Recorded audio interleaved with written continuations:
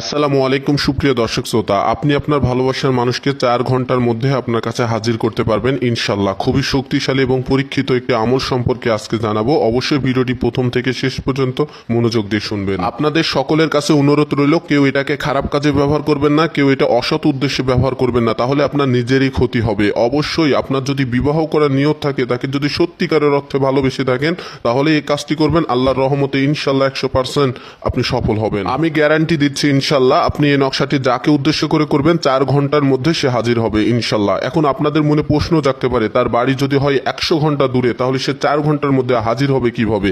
আমি আপনাদেরকে বলবো, এই নকশাটির কাজ যখন আপনি করবেন তখন থেকে 4 ঘন্টার মধ্যে তার উপরে কাজ করবে। এখন তার আসতে যতক্ষণ সময় লাগবে সেই সময়টা আপনাকে দিতে হবে। ভালোবাসার ক্ষেত্রে অনেক নকশা আছে যেগুলো 3 দিন, 5 দিন, 7 দিন, 21 দিনের মধ্যে কাজ করে, আর এই নকশাটি মাত্র 4 ঘন্টার মধ্যে কাজ করবে। আপনি নেক নিয়তে ভালো উদ্দেশ্যে কাজটি করবেন, আল্লাহর রহমতে ইনশাল্লাহ 100% আপনি সফল হবেন। আপনাদের সকলের কাছে অনুরোধ রইল, আপনারা যারা এই নকশাটির কাজ করবেন অবশ্যই ভালো উদ্দেশ্যে করবেন। কে কি উদ্দেশ্যে করবেন অবশ্যই কমেন্ট করে জানাবেন। আপনার কমেন্টের উপরে যদি লাভ চিহ্ন দেওয়া থাকে তাহলে জানবেন আপনাকে অনুমতি দেওয়া হয়েছে, আপনি নকশাটির আমল করতে পারবেন। অনুমতি ছাড়া কেউ নকশাটির কাজ করবেন না। আপনাদেরকে যে নকশাটি দিব এটা পরীক্ষিত এবং খুবই শক্তিশালী, 100% আমি গ্যারান্টি দিচ্ছি অবশ্যই আপনাদের কাজ হবে ইনশাল্লাহ। এবং এই নকশাটি আমরা ভিডিও স্ক্রিনের উপরে দিব না। এই নকশাটি কিভাবে পাবেন, কোথায় পাবেন, সমস্ত বিস্তারিত বলে দেব। যারা এই নকশাটির কাজ করতে চান ভালো নিয়তে, তারাই শুধু সেখান থেকে এই নকশাটি নিবেন, এছাড়া কেউ এই নকশাটি নিবেন না খারাপ কাজের জন্য। এখন আপনাদেরকে জানাবো এই নকশাটির কাজ কিভাবে করবেন, কোন সময় করবেন। নকশাটির কাজ আপনারা যে কোনো বারে বা যে কোনো দিনে যে কোনো সময় আপনারা করতে পারবেন। নকশাটি লেখার নিয়ম হচ্ছে, আপনি যে কোনো সময় অজু করে এসে একটি স্থানে বসবেন। বসার পরে যার জন্য নকশাটি লিখবেন তার কথা মনে মনে ভাববেন, আর নকশাটি দেখে দেখে জাফরানের কালি দিয়ে লিখবেন। যদি জাফরানের কালি আপনার কাছে না থাকে তাহলে লাল কালির কলম দিয়ে লিখবেন। জাফরানের কালি থাকলে জাফরানের কালি দিয়ে নকশাটি লিখবেন, জাফরানের কালি না থাকলে